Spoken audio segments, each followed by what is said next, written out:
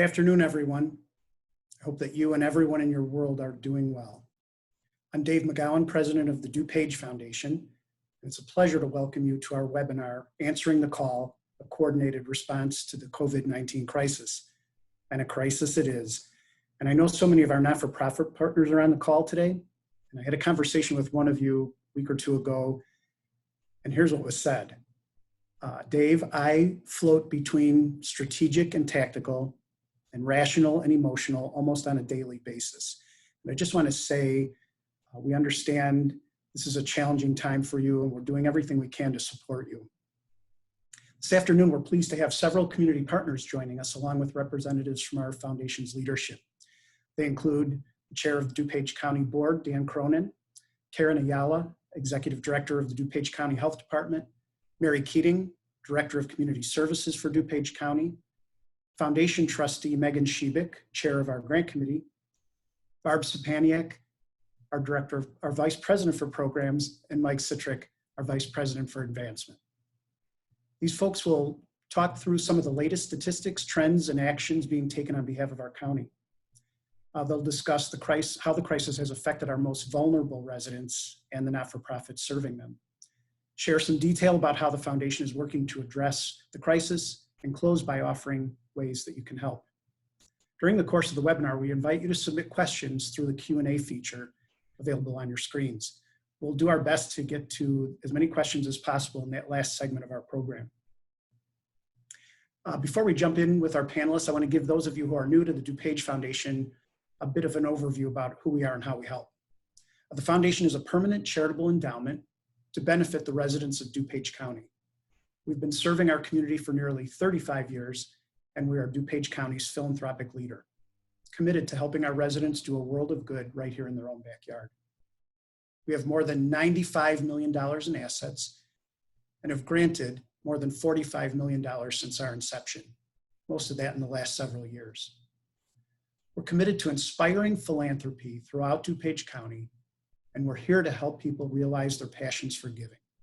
Thanks for joining us today. Without further ado, I'd like to introduce Dan Cronin, chair of the DuPage County Board. Dan? Good afternoon. I'm delighted to be part of this conversation. Thank you to the DuPage Foundation, Dave McGowan, Mike Citrick for putting this forum together. I think it's really one-stop shopping for an update as to where we are in the county. I will outline what I've been doing in my role as DuPage County Board Chairman, but there's a great deal of information here from our health department and our community services perspective. So we've got Karen and Mary. Karen Ayala, the executive director of our health department, has been a marvelous partner, and we are speaking very frequently, aren't we, Karen? And it's important to talk through how the crisis and our role has evolved. So let's first talk about how we informed the public and our employees. In the early days of this pandemic, back in January, January 23rd, I think to be exact, we felt a big part of our responsibility, of course, was to inform the public about COVID-19 to ensure health and safety of our residents and our county staff.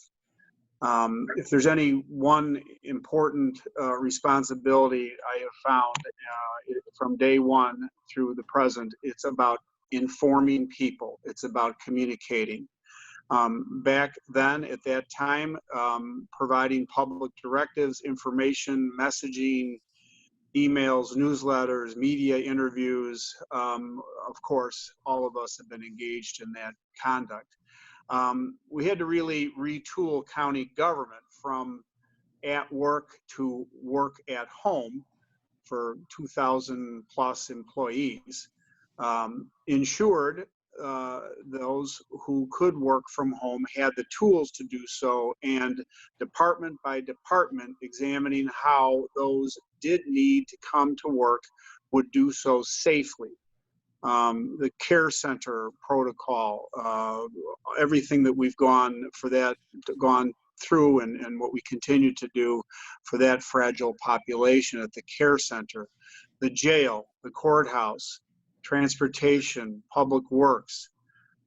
We spend a fair amount of time and continue to provide information to employers throughout the region. I think Karen and our team from the health department went on site dozens of times to help employers navigate their way through what is a safe workplace according to our public health guidance and direction. We've worked not only with the public health department in that effort, but through our Choose DuPage, which is our economic development arm of the county. Both the health department and Choose DuPage have been very busy throughout all of this, and of course the health department has just done a stellar job, and I can't thank and express my gratitude enough for the commitment by Karen and her team over there. But again, I think it comes down to information, information, information. We launched a new podcast. We called it Listen Up DuPage with College of DuPage, with external and internal emails, letters, PSAs, webinars, interviews. So pumping out information, making yourself available and exchanging information, sharing best practices, the latest information, as we all travel down this road that we've never traveled before is, of course, critically important. Another critical part of my responsibility is to be part of regional leadership. So, you know, Governor Pritzker has been good to work with. He has sought our input, and we have collaborated on a number of issues. Specifically, he was looking for some information and advice to factor into his decision-making process about school closings. He has solicited feedback and asked for language for the stay-at-home order. We continue to collaborate, sharing plans and ideas for reopening and different strategies about how to coordinate that effort across the region. I've also been collaborating with Chicago Mayor Lori Lightfoot. She asked me to join her task force on the COVID-19 impact, and she's asked me to act as a regional lead, a co-chair with President Preckwinkle and Hillside Mayor Joe Tamburino. So I feel it's my obligation to continue and effectively advocate the DuPage perspective as we prepare for reopening. Yet we acknowledge that there's a commonality to our region. So it's a delicate balance. Finally, I've spent a considerable amount of time with the DuPage mayors and managers. We have a weekly call with all of them. They're all invited. I talk to individual mayors around the clock, 7 days a week. And the most intense conversations these days have to do with coordinating reopening strategies and collaborating with the public health department and Choose DuPage. We have gone to great lengths in preparing business sectors, utilizing best practices for each industry sector for a gradual reopening. And we continue to advocate and represent this perspective in the region. Finally, I think supporting our community has been a big part of our responsibility here. The PPE drive, we still don't have enough PPE. And the whole discussion about reopening businesses is a big concern because that will drain much needed and precious PPE from the frontline workers to businesses. And so we have to find out, and we have to make sure that we get that right. And so we also was supporting pads. Public action to deliver shelter. It was a crisis early on. We were able to help. but we're developing a plan for a more long-term solution, and I'm delighted that we've engaged with the DuPage Foundation because there may be some opportunities there. Catholic Charities also was a big part of it. Partnership with Wheaton College to house first responders. Choose DuPage has provided numerous informational webinars for DuPage businesses that have applied for that federal Paycheck Protection Program. We are administering right now a small business relief program through the county. It's a $7 million program to provide grants to businesses, and so we can provide more information for that. And so we will be continually communicating and making sure that we reach out to the community. Finally, advocate for federal assistance for municipalities. I've signed on and asked our our congressional delegation to support lost revenues to local governments. It's kind of a political issue in Washington, D.C. right now, but if anybody's asking me, I think that the federal government, it would be helpful if they could direct revenues to replace lost revenues at the local level. So that's kind of an outline of everything we've been doing. It's been a whirlwind. It's really tested, I think, all of our patience and our stamina, our emotional health. I have my poached eggs in the morning, and I try to remain strong, and I think we're doing a damn good job. It's a very difficult situation, and we will get through it, and I'm delighted that we can collaborate here today with DuPage Foundation. Thank you very much. Dan, ask, are you able to stay with us for questions at the end? Sure. I'll hang with you for a while here. I'm supposed to jump on a call with the Pritzker administration about some rules affecting injuries in the workplace and presumptions. If somebody gets the COVID, then it's a work related, and so it's kind of a controversial subject matter. But I'm going to stay here because this is a very important organization, and I am looking forward to working with you, continuing to work with you, and I think there's some wonderful opportunities in the future. Well, that's great. If there's some questions we aren't able to address today, what we'll do is we'll forward them to you because you may be able to address them in your blog or other ways to communicate to the community. Yes. Great. Sounds good. Okay. Thanks, Dan. Next up, we have Karen Ayala, Executive Director of the DuPage County Health Department. Karen.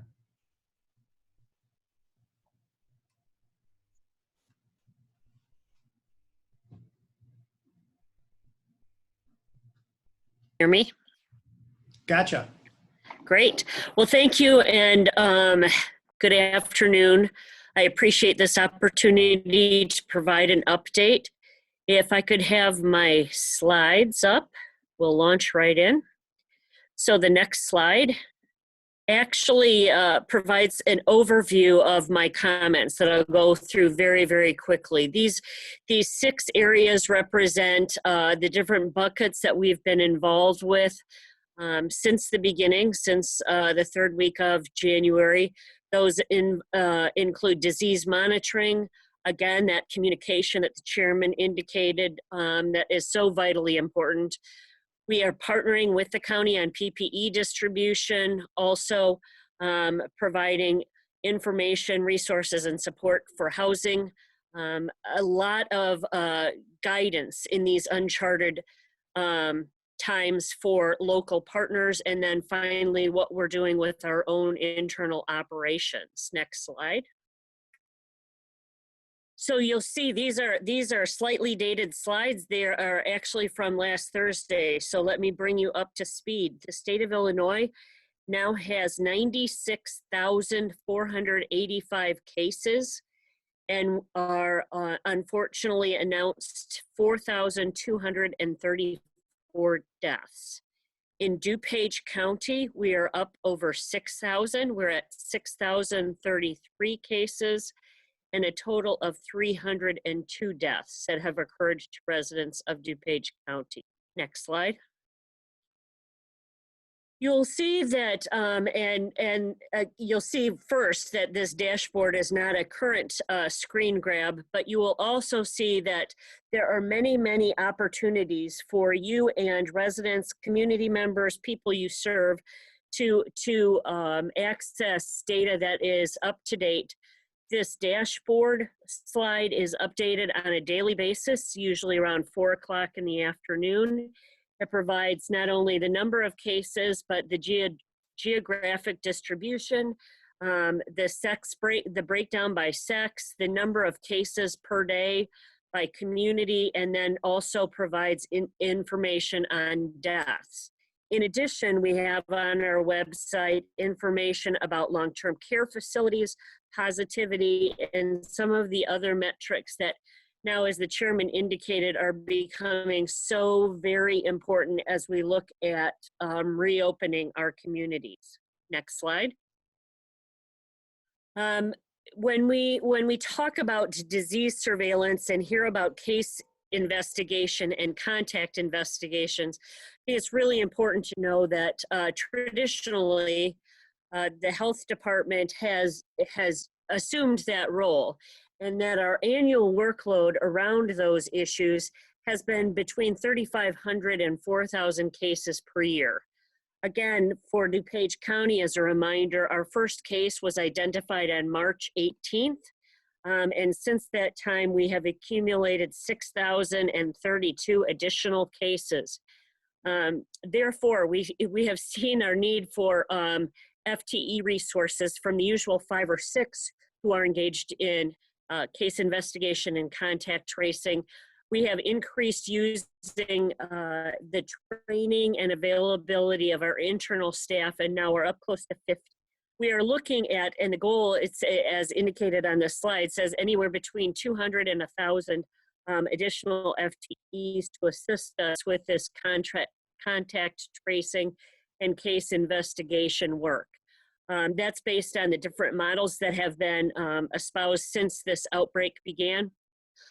What we know is what we currently have available with certainty. What we know is the resources that we currently have available are not sufficient. And so we're very much looking forward to the Illinois Department of Public Health's release of a grant that will help us expand our footprint and be able to track the spread of disease across our communities. Next slide. So we investigate individual cases, but we also investigate outbreak-associated cases. And an outbreak is defined as at least 2, one being a confirmed case and others, and it could be symptomatic folks as the second case. We focus our efforts on outbreaks. Those could be we've heard a lot about long-term care facilities, but they also could be in workplaces, in gyms, in schools, or they might be around a large gathering that occurred. This too, this slide also was as of 5/13, as of 5/19 today, there are 1,872 cases, both confirmed and probable, associated with outbreaks, and unfortunately 248 deaths that have occurred in outbreak-associated cases. Next slide. One of the ways that we help support the community at the outset, and this was around the 20th of March, was opening up an emergency call center. This was something that we had done when H1N1 came to our communities about 10 years ago. It was one of those strategies that we knew made a great deal of difference. There was so much concern initially and so little information that you'll see over time. As we ramped up, we had 50 people dedicated to this initiative, and we fielded nearly 6,000 calls across 2 months. We're now seeing a decline in the number of calls, and so are able to consolidate the call center, which is 630-221-7030 with our usual INR staff, our intake and referral staff. And now we're able to take those 50 people who were answering the phones and train them up to do some of the contact tracing. Next slide. We've also used public information and health education to get information out. And this has been a profoundly complex challenge for us, since there is so much that is still unknown about COVID-19. So we've used a combination of digital and audio platforms to make that happen. And you will see on the next slide that we have had a robust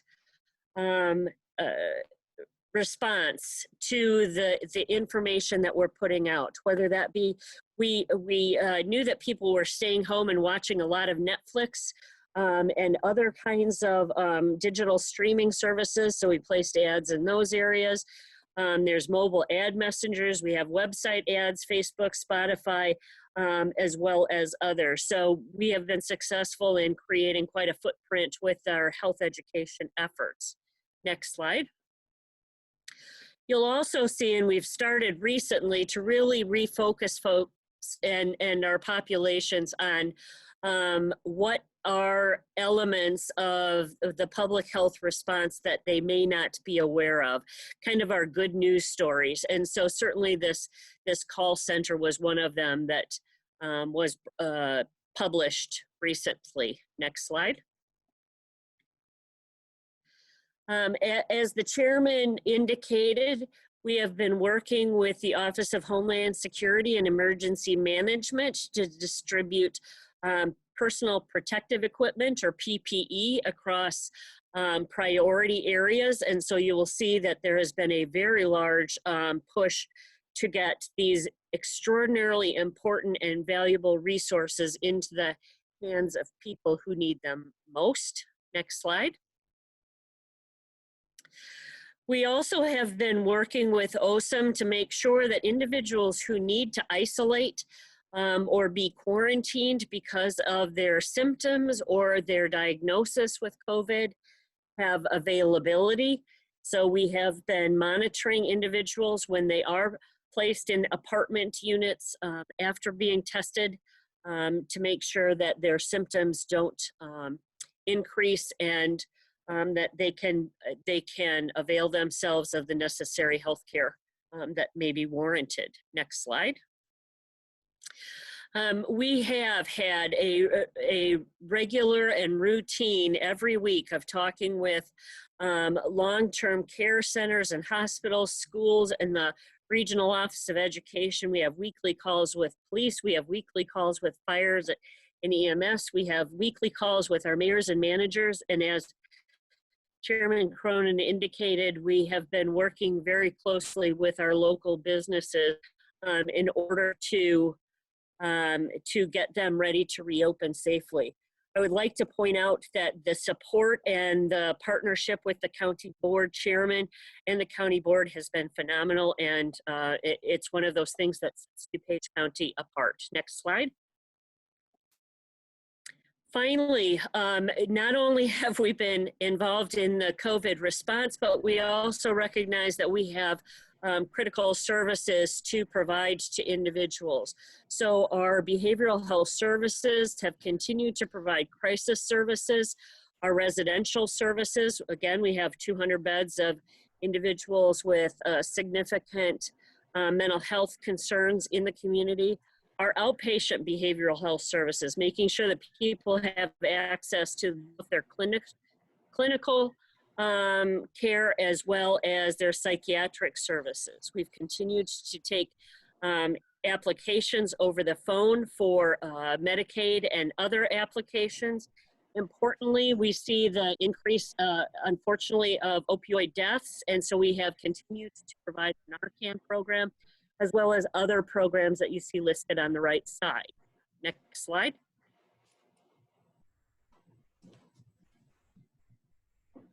Thank you so much. Karen, thank you very much and for all the work you're doing. These must be some challenging days for you. So thanks for having your leadership and energy to keep moving through this. Okay, Thank you. next up, allow me to introduce Mary Keating, Director of Community Services for DuPage County. Tell us, Mary, about the impact on our not-for-profits and social services. Well, thanks, Dave. I appreciate the opportunity to speak to everyone. First and foremost, I wanted to thank Chairman Cronin for his leadership during this time, and Karen Ayala and the team at the Health Department have really been extraordinary to work with as they take the lead. I understand there are a number of providers on this call, and I just want to thank all of you in the human services sector for the resilience and dedication that you continue to show. It's been an honor to be associated with the government and nonprofit response to this crisis has really been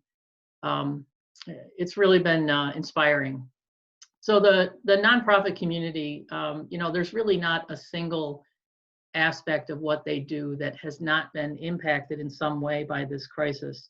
I'll just kind of start with increases and the impact on demand. So I think the place we've probably seen that the most dramatically would be in food pantries, where food pantries are reporting extraordinary increases in the number of families that are reaching out for food assistance.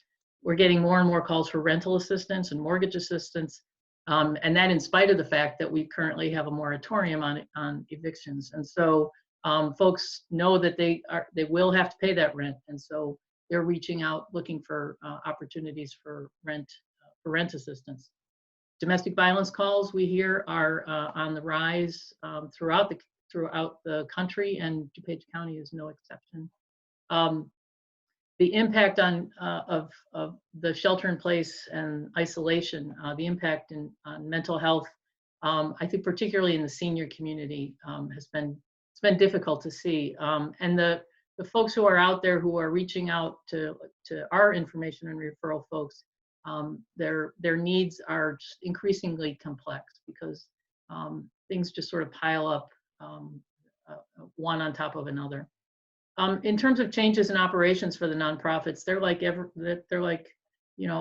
all the businesses out there, really pivoting quickly to trying to work remotely, doing no contact kind of operations.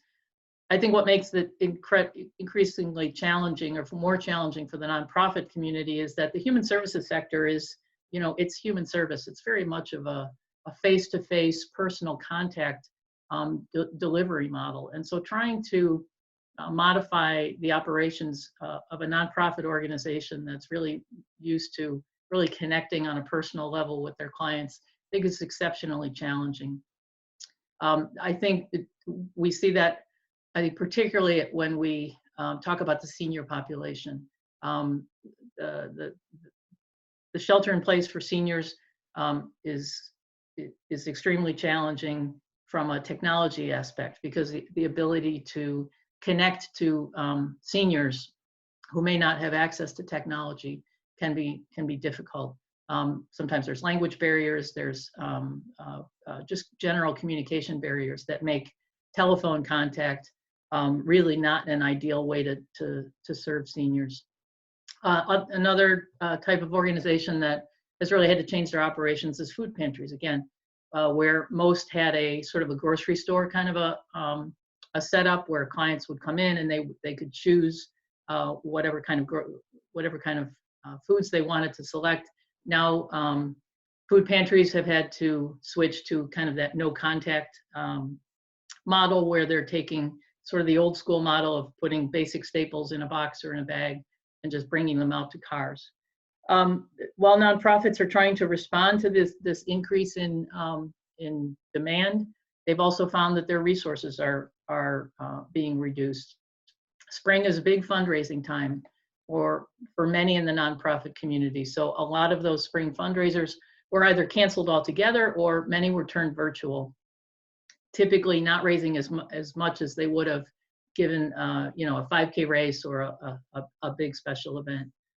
Like all businesses, nonprofits are challenged with staffing due to either staff who are ill or have to isolate for one reason or another, or with schools and daycare centers closed, everyone's having staffing challenges for staff who aren't able to work full time or to come to work.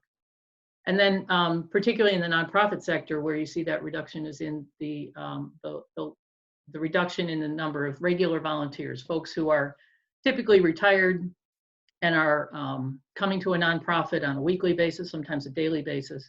Many of those folks are older and tend to be in a higher risk category. So there's been a drop in the number of individuals, regular volunteers, who are able to continue their commitment.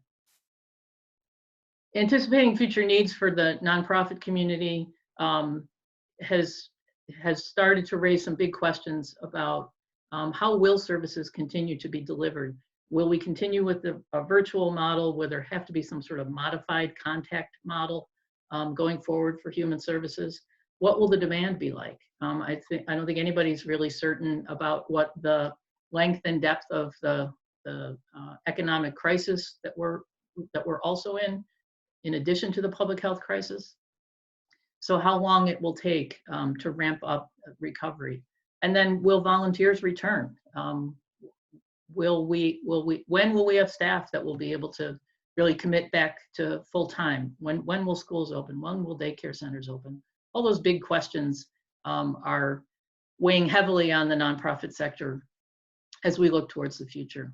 I don't think there's any single place or any single sort of need sector that combines all of these different impacts of the crisis as significantly as issues around homelessness does.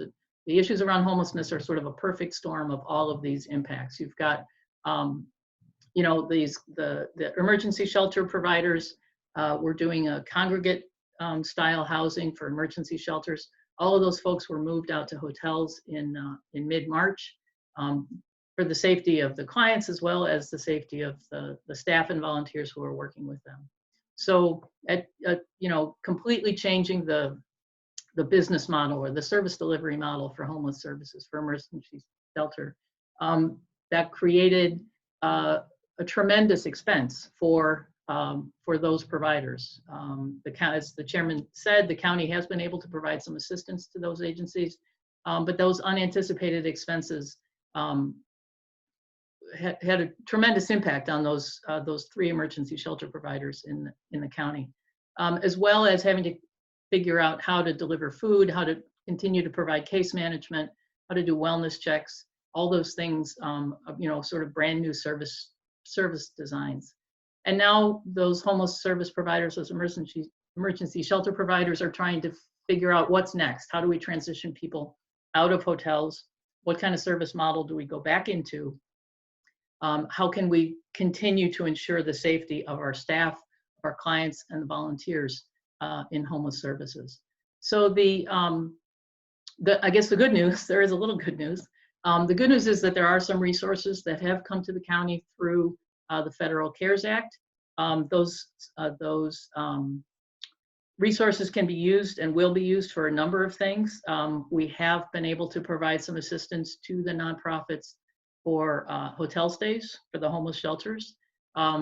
There will be some assistance for rental assistance for individuals who find themselves unemployed or unable to work for other reasons. So there will be rental assistance available through, I think, 4 or 5 different pots of money coming from the federal government through the county. So that will be available. We're also looking at providing assistance to food pantries, some legal assistance, particularly for tenant landlord issues, individuals potentially facing eviction, as well as legal assistance for folks who are trying to access benefits and having challenges working through those systems. So the funding that's coming to the Community Services Department of the county has about a 2-year horizon on it, 2 to 2.5 years that we'll have to spend this money. So what we're trying to do is really strike a balance between what portion of those funds do we use for those immediate needs, those needs that are happening right now? And then what do we hold back to look at what are we going to need in the fall? What are we going to need in the spring of 2021? So kind of striking that balance is where we're trying to work now. We're doing a lot of work reaching out to the various nonprofit sectors, particularly amongst the service providers for homeless services, as well as homeless prevention, housing supports. As we see, those are some of the ways that we can support those sectors as we look at recovery in 6 months or a year's time. So we're really grateful to organizations like the DuPage Foundation, organizations in the private sector that are also looking at resources, also taking that really mindful approach to how do we as a community coordinate our response. We know the county can't respond to every need, and so we need partners out in the community to assist us with that. And with that, I think I'm turning it back to Dave. Questions, since we have a couple extra minutes. Could you just, did you mention that you've staffed up, or how are you handling the workload in your department? We currently have the same staff that we had. We will be looking at, particularly for our information and referral folks, potentially looking at increasing staffing. That is one of the things we can use some of our funding for. We have been able to successfully transition our call center to a work-at-home model. So we've been able to maintain the same service level, the same staffing level, despite the fact that many of our staff also have caregiving responsibilities now with schools and daycare centers closed. So we are 100% utilizing staff. Everyone's working remotely, which has been an interesting challenge to go to that model. But we're 100% operational, and we will have resources if we find that we need to increase staff. So that's where we are on that. Great. You've been such a great partner to us, and thank you for all you're doing on behalf of the county, the not-for-profits, and the families that benefit from all your services. So thank you, Mary. Thanks, Dave. Okay, next up we have Megan Shebeck, a trustee of the DuPage Foundation, longtime friend and supporter, and chair of our grant committee. Megan. Thank you, Dave. This is a time when all of us in DuPage have come together to help and support one another. I'm impressed and inspired by the collaborative efforts such as today's webinar, as well as the speed and deliberateness with which the foundation has acted to create a program to aid our not-for-profits. Early in March, Dave McGowan, our president of the DuPage Foundation, brought to the Board of Trustees a need for and received approval for a DuPage Foundation COVID-19 response fund. The response from our community was immediate. Our first major gift came in from the Burke family that, along with hundreds of gifts ranging from $5 to $100,000 from other DuPage philanthropists, totaled more than $400,000 by April 1st. As chairman of the grant committee, I was asked to put together a working group to review all of the applications received and determine where the money should go to meet the needs of our community. What initially was a concern for basic needs of food and shelter has evolved into so much more. I purposefully pursued members with many years of experience, past and present, on the grant committee for the foundation, as well as current trustees of the DuPage Foundation, with great familiarity of the not-for-profits in DuPage. This has been a tremendous help as we have been reviewing almost 100 applications, identifying the various needs of our most needy people, those. We appreciate the Illinois COVID-19 Response Fund's financial support of DuPage County. The respect they have shown the DuPage Foundation by granting us money to re-grant makes it clear that they trust that we know our not-for-profits and what they need. We appreciate being a partner on the front line addressing these critical issues in DuPage. Our first round of grant awards of $300,000 was distributed on April 15th to 21 local organizations addressing the needs of food and emergency financial assistance, housing, access to health care, child care for essential workers, and mental health services. On April 24th, we approved an additional $200,000 in grants to 15 local organizations addressing similar needs. We have been focusing on helping the most people we can with the greatest needs in DuPage County, the most vulnerable.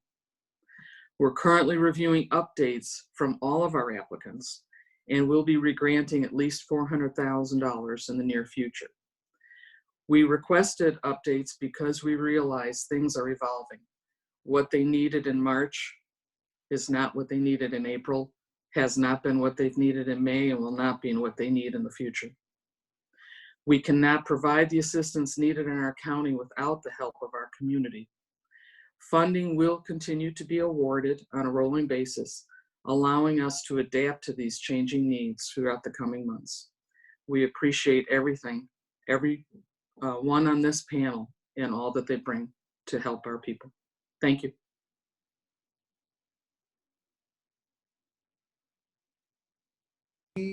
There we go. Megan, thank you very much for your leadership.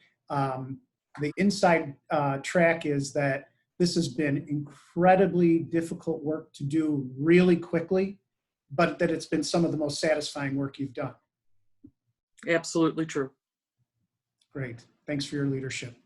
Okay, next up we have Barb Sapaniak, our Vice President for Programs, who is working very closely with Megan and the rest of the working group on our COVID-19 response fund. Barb. So as Megan mentioned, we have awarded $500,000 from our COVID response fund. And this slide represents the different areas in which we have granted. And in looking at this, you can see that almost half of our grants have been awarded in the emergency and food assistance, because those at this point are the most urgent and immediate needs. So I'm sure many of you have seen on TV the long lines of cars lined up at food pantries, waiting for a box of food. And I have to say, it seems like a real surreal image. But the reality is we're seeing that right here in DuPage County. Probably not thousands of cars lined up 4 deep, but I've heard that there are hundreds of cars. So as Mary mentioned, the need for food is just dramatically increased. Every food pantry I've talked to have indicated that. One food pantry indicated that prior to COVID, they were serving about 785 families. And in the recent weeks, they've been serving about 175 more families. And they're doing that with about 10% of their volunteer workforce. Another organization had been doing a monthly mobile food pantry, and in recent weeks, they shifted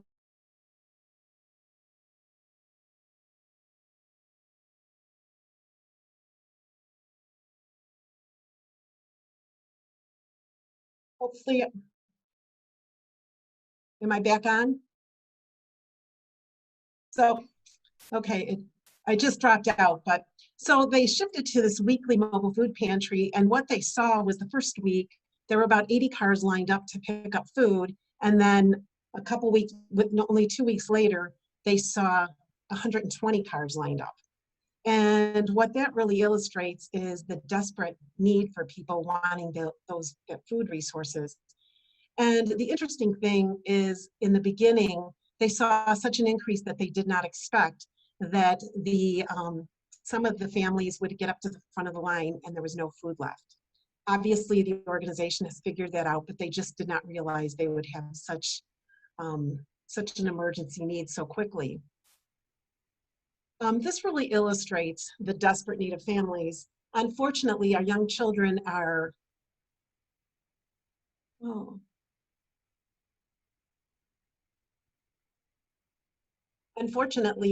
our young children have been adversely affected by this COVID response. I have a neighbor who's a teacher, and she's been doing this e-learning. And what she has seen is that families are struggling with, the parents are reporting that their children are lonely, they're scared, and they're starting to get depressed. And unfortunately, that's trickling down to the parents because now they're experiencing significant anxiety. Our local Head Start provider indicated that some of the families weren't doing the e-learning, and they dug in to figure out why aren't they doing it? And what they learned is that the parents were so focused on, they were so worried about could they pay their rent, could they pay their utilities, that they couldn't concentrate on the e-learning. And that really emphasizes why the foundation really needs to be supporting the food and emergency assistance, because we need to make sure families have those basic needs that will enable them to address their other issues in their family. Unsurprisingly, families need more emergency assistance than ever before. One organization had budgeted $35,000 to cover rent assistance for the entire year. They have already distributed $53,000 in just under half a year. Another organization that distributes emergency assistance indicated that they're not seeing an increased demand from new families requiring emergency assistance, but they are seeing the families that they already support needing increased emergency assistance. But everyone really anticipates that in the coming months that it's going to ramp up as the eviction and the utility shutoff restrictions are lifted this summer. That's when they really know that the demand for emergency assistance is going to be dramatically increased. Organizations continue to do intake, but it looks a little bit different than it used to. That sometimes it's taking up to an hour to do the intake because clients are breaking down. Fortunately, we have a lot of very caring people at the front lines of our not-for-profits in DuPage County, providing that listening and caring ear. We also gave several grants to support housing. I'm not going to talk too much about that because I think Mary covered that. Unfortunately, the crisis has profoundly affected those that are affected by mental health issues and substance abuse. And just last week, State's Attorney Bob Berlin announced that we saw a spike of opioid overdoses and non-fatal overdoses. And in just the previous 3 weeks, they saw 20 deaths from opioid overdose. And that's about a fourth of what they saw in all of 2019. So in our committee's decision-making, mental health is an issue that we really are focused on, and we're trying to prioritize because we know that is going to be needed in the coming months. Most of the agencies have shifted to a telehealth model, and our funding has helped to provide the technology and some of the training for those organizations. To one organization, we gave a grant to help them to hire part-time temporary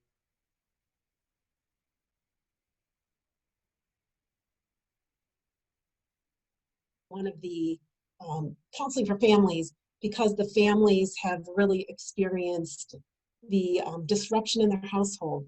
They're struggling with e-learning. So they really need that counseling and that mental health support. So looking forward, when we first established our COVID response fund, we agreed that we would be responsive and be flexible to emerging needs and how fast those needs have changed. We continue to work with other funders, including the county, because we want to make sure that we're addressing those gaps that aren't being addressed.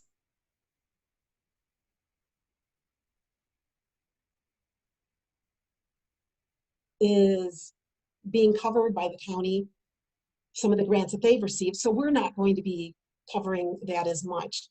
But looking forward, what would we cover when they try to move people out of the housing into apartments? There's going to be needs for some household essentials, furniture, and moving 100 people out of hotels into households is going to require some assistance. And I think that's one of the areas that the foundation can be very responsive. So moving forward, we will continue to look for those opportunities to be as impactful as possible.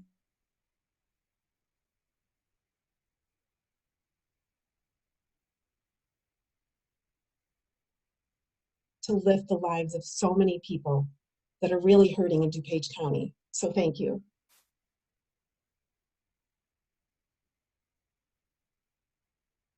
Thank you, Barb. You and Mary both talked about different phases of support. Do you expect that the crisis will even have impact on our community needs grant program next year? I'm sorry, I didn't hear that. I beg your pardon. So I'm just asking, you and Mary talked about the different phases of support, of grant support. Do you expect that this will have impact on general grant making in your next year, for example?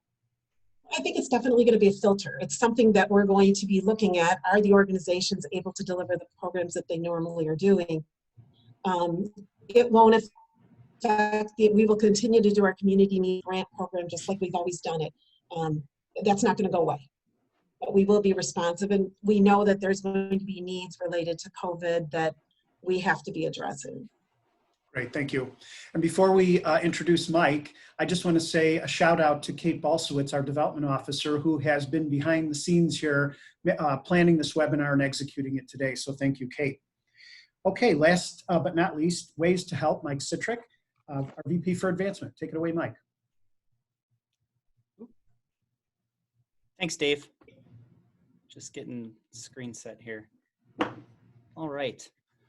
Well, everybody, now that you've had a chance to hear from our panelists about the current landscape and how our community is rallying together, I'd like to finish the last block of our program by highlighting some opportunities about how each of you can help.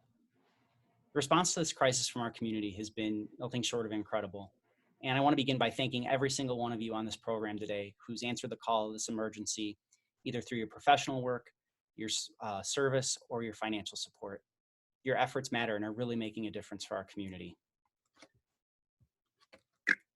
Also, there we go. I also want to give a special shout out to our COVID-19 fund lead contributors listed on the screen. Their partnership has been instrumental in maximizing our ability to respond effectively to this emergency. So thank you all very much.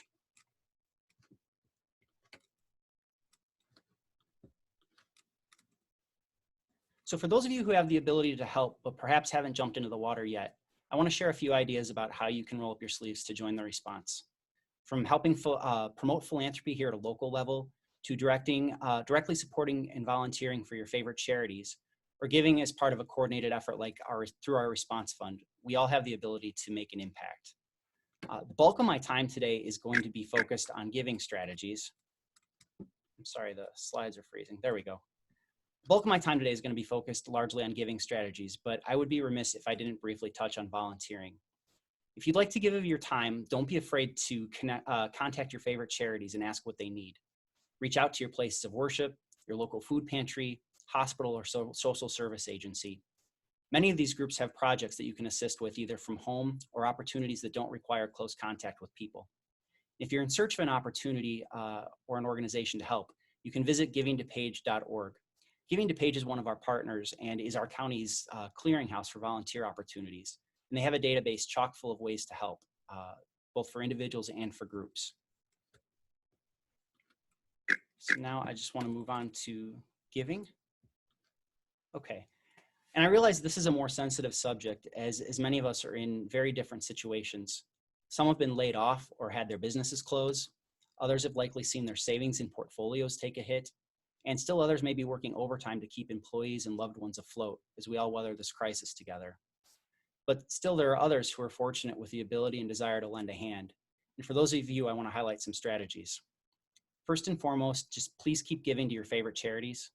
Make that annual gift and reach out and ask not-for-profits if they have any specific needs that you can fill during this time. And if you don't know where to give and you want to support many organizations as part of a coordinated effort, we invite you to give through our COVID-19 response fund here at the DuPage Foundation. You've heard the case today about the incredible need our county has and how we're working to meet it, and we would love for you to join us as a partner. And for those interested in giving, there's a number of ways to do that. First, under the CARES Act, I'm pleased to share that now every household taking the standard deduction can give up to $300 during 2020 and receive an above-the-line tax deduction. And for those of you itemizing, during this year, you can now deduct up to 100% of charitable donations, up to 100% of your adjusted gross income in charitable deductions. This has been an increase from the usual deduction limit of 60%. Under either of these strategies, you can enjoy enhanced deductibility for most types of charitable gifts. except to donor-advised funds, private foundations, and supporting organizations. One idea that we're also seeing a lot of folks utilize too is donating the amount of their stimulus refunds to charity. So if you're fortunate enough to be in a situation where you don't need that extra boost, we encourage you to consider donating that. And also for corporations under the CARES Act, the 10% gross income-based limitation has been increased to 25% for gifts made to qualifying charities. But again, that excludes donor-advised funds, private foundations, and supporting organizations. Oops. Okay, for this next slide, I don't want to get too into the weeds here, but we have a lot of not-for-profit partners on the call, as well as some folks who often give at a higher level. And I want to talk through this strategy. As some of you already know, giving with cash is not always the most efficient way to give. A better strategy is often making gifts of appreciated assets. So gifts of marketable securities like stocks and bonds, mutual funds, gifts of real estate, life insurance, retirement assets, closely held business interests, any asset really that has been held for a year or longer can be a great gift strategy. And that's because these assets can be gifted at their current market value, and you can donate and avoid the capital gains tax you'd otherwise have to pay. The deduction limit is 30% of your adjusted gross income, but the excess can often be carried forward for future years. And these assets can be contributed to donor-advised funds and private foundations and supporting organizations. Another important thing that I want to touch on, oops, slide got a little jumpy, is how the CARE Act has affected retirement accounts. So required minimum distributions from retirement accounts have been waived for 2020. But for seniors who are 70 and a half years and older with traditional and other certain types of IRA assets can still take advantage of qualified charitable distributions. This is one of the most powerful giving strategies out there because for seniors, it doesn't matter if you're itemizing or taking the standard deduction. These QCDs are made directly from eligible IRAs to your favorite charities and will lower your adjusted gross income. In most years, these distributions also count toward your required minimum distribution, but not this year. And the other cool thing about this opportunity is the gift limits are actually pretty large, $100,000 per individual and $200,000 per couple. So there's really a nice opportunity for people to give it a wide range of levels. Unfortunately, if you want to make gifts from your IRAs, QCDs to donor-advised funds or private foundations, you can't do that without the standard deductibility rules applying. So it would be just like for cash or appreciated assets. But again, this is a great strategy to consider for donating to your favorite charities, your places of worship, our COVID-19 fund, and many other funds at the foundation. And now just jumping to my last slide. We talked briefly about donor-advised funds and private foundations. We have several of our fund reps on the call today. Using your donor-advised fund now is a great opportunity to help your favorite charities, help our response fund. If you have donor-advised fund with another provider, or if you have a private foundation, this is also the time to consider that. I just looked at a recent article from the Chronicle of Philanthropy that said grants from donor-advised funds at surveyed community foundations were up nearly 80% in March from the prior year, and even bigger increase was expected to be seen from April. We're just getting the data on that now. So definitely a great tool.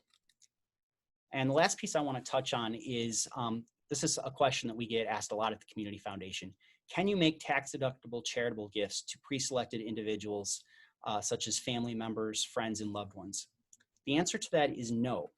But under the tax code, there's a provision called the annual federal gift tax exclusion that allows you and your spouse, if you're married, to each make gifts to as many people as you want, up to $15,000 a year, tax-free.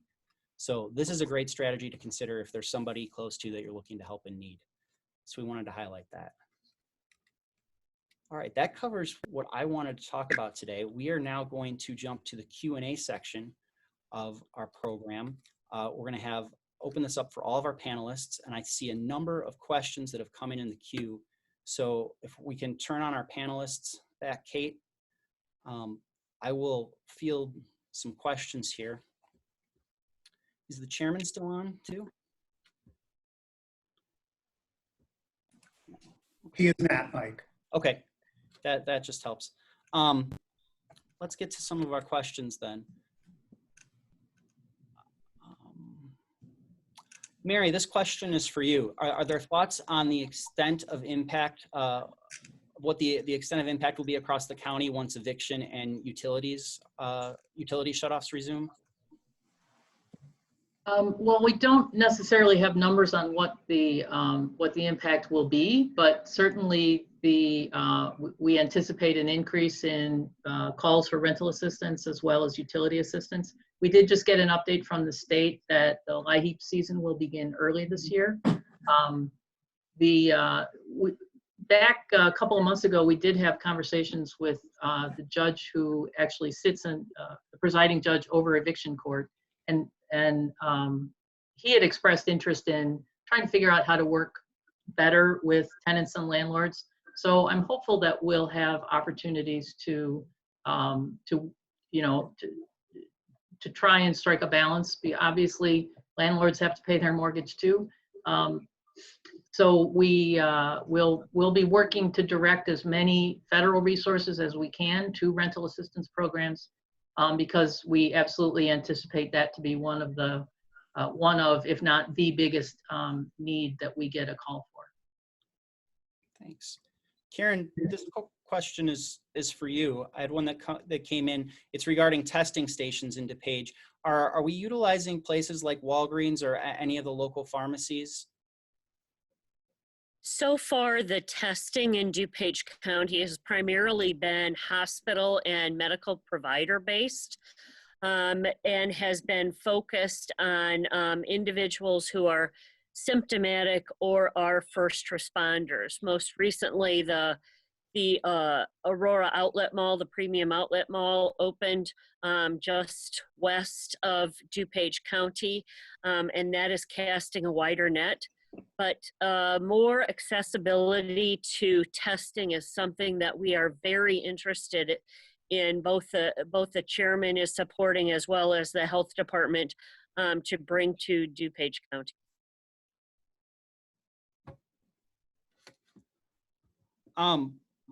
One question, and I'll leave this for our county folks. The question is, do you support the Open DuPage plan, including the decoupling from Chicago? Well, that's $1 million question.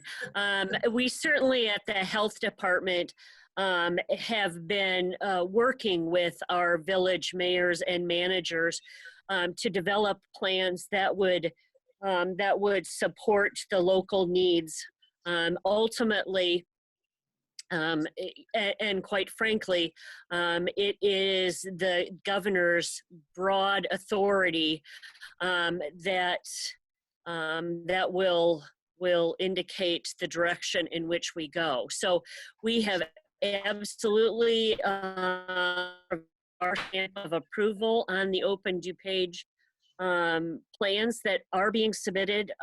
Ultimately, however, it is very much up to the governor to determine what the next step for that is. Okay. One other question came in just while I have you here too. The question is training available for people who want to be contact tracers? So training is available. However, we're looking forward to it, and it will either be late this afternoon or tomorrow, when the Illinois Department of Public Health provides us with an opportunity for grant funding.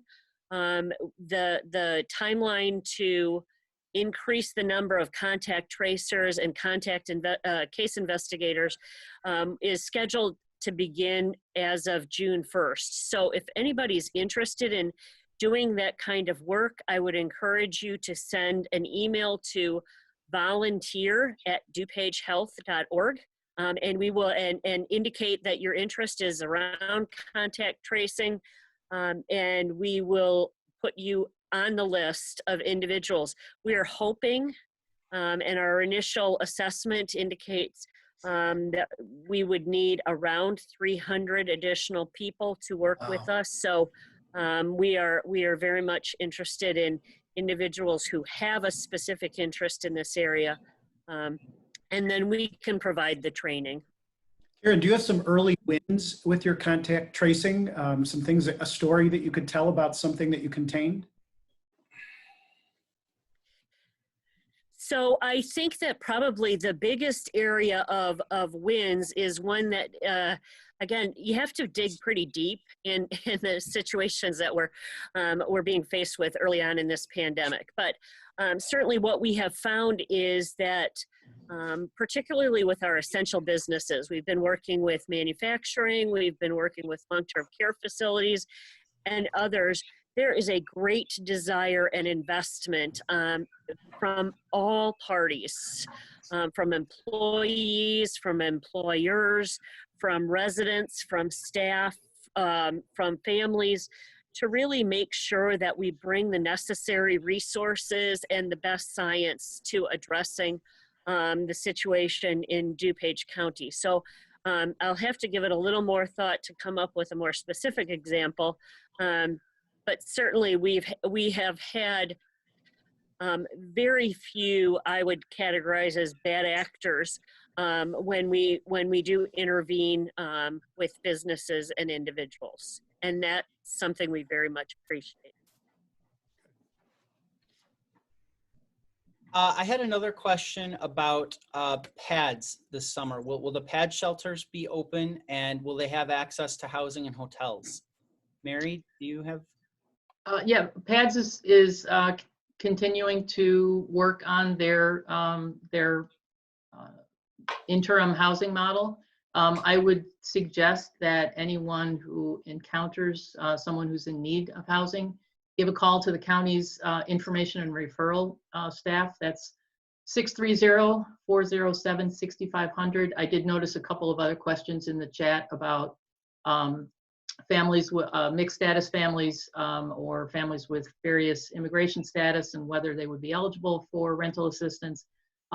Anyone can call 407-6500, go through a housing screening, and what we can do then is we can refer individuals to whatever is the most appropriate agency to assist them. In some cases, it might be the county. In some cases, it might be a nonprofit organization. So anyone with any need for housing, utility assistance, any kind of referrals can just give us a call at the county. Okay. One other question for the county folks, and Karen, this would probably be more for you. What are our thoughts? Do we think in calendar year 2020, we will have the ability to have gatherings of more than 50 people? In spite of the warp speed vaccine efforts at the federal level, I am hard pressed to imagine that we would have a safe vaccine and effective vaccine available in less than 12 to 18 months. And at this point anyway, the widely available vaccine is really critical to the governor's plan to open up our communities over more than 50 individuals. So I think we will be practiced in creative transitioning as we continue to learn to live with the virus prior to a vaccine being available. One follow-up for you, Karen, too. Have we flattened the curve in DuPage County? Are we on the downside? Yes, I can't wait for the day to say that, yes, we have. It has not happened yet. We continue to see a great deal of disease activity in our communities. And one of the cautions that we heard early on with this pandemic is you don't know when you're past the curve you won't know when you're on the other side of the curve until it already happens. In other words, you can't anticipate it. You only know it because all of a sudden you see cases going down. At this point, unfortunately, even with limited testing, we are seeing quite a bit of activity occurring in our communities. Okay. Mary, this is a question for you. Has there been any discussion on how cooling centers might be managed this summer? Many low-income families, this is from a not-for-profit partner, said many low-income families in their caseload and across the community have no air conditioning and won't have access to public pools and other ways like that. I have not heard any discussion as of yet, and I actually appreciate the question. So that's probably something that we should start to think about. Obviously, cooling centers are very often they're shopping malls, or libraries, and so we'll put our heads together and figure out if there's a way to address that issue. So I appreciate the question. There was also a question I saw in the chat about there are daycare centers that have opened, particularly for the children of first responders. And the question was, is there any thought of adult daycare providers being allowed to open on a limited basis? I will actually take that question right to the Illinois Department on Aging, because I think it's a good question. So I'll respond to that one separately. And do you know when evictions and utility shutoffs that starts up again? I have not heard. Okay.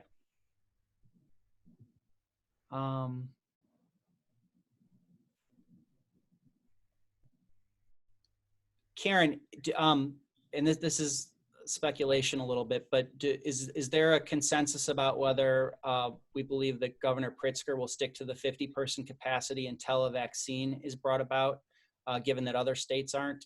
And is anyone on the call currently speaking with legislatures about adjustments? I apologize that Chairman Cronin had to get off the phone with us, but anybody? So if past behavior is the best predictor of future behavior, which I think it oftentimes is, I would not anticipate that Governor Pritzker will amend his reopening plan. Not that he's an extraordinarily inflexible individual, but I believe that he very strongly believes in the modeling that is behind his plan. I also think he understands very clearly that, in fact, anticipating that we will go in a straight line from 2 to 3 to 4 to 5 or to 4 and then beyond is also a bit of a stretch. There's a strong possibility and a pretty significant likelihood that as we move from phase 2 to phase 3, we'll see increases in case activity. And that may actually hold us in phase 3 for longer than we'd like to be, which frankly, all of this is longer than any of us would like to be. But the cautionary tales that we've seen across the country and across the globe of what happens when you reopen, even if you do so in a careful and measured way, are really likely to continue to inform our efforts here locally. And yes, we are speaking with elected officials. We're speaking with legislators, and again, the I think false narrative or false conflict is: do we prioritize health or do we prioritize economic development and economic viability? I think we have to do both, and we have to do both in a very measured and deliberate way. I saw a question about getting assistance. People were asking about rental assistance. They were asking about legal services. One resource that I just wanted to throw out there was Prairie State Legal Services. If you go to their website, pslegal.org, they deal with some of these issues. I know a number of our not-for-profits are also assisting with things like emergency services and emergency paying bills and such as that. Mary, Barb, anything you'd like to jump in with there? Sure. The folks can always call 630-407-6500. The other resource, there's an online resource, the DuPage CRIS, which is the Community Resource Information System, has basically all of the same information that our information and referral staff have in terms of types of services that are provided. There's generally some information about eligibility. And that website is www.dupagecris.org.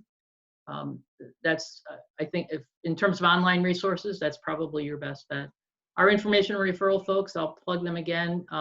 We take over 60,000 calls a year from residents looking for a multitude of services. They are well-versed in eligibility requirements. So I always encourage people to call INR.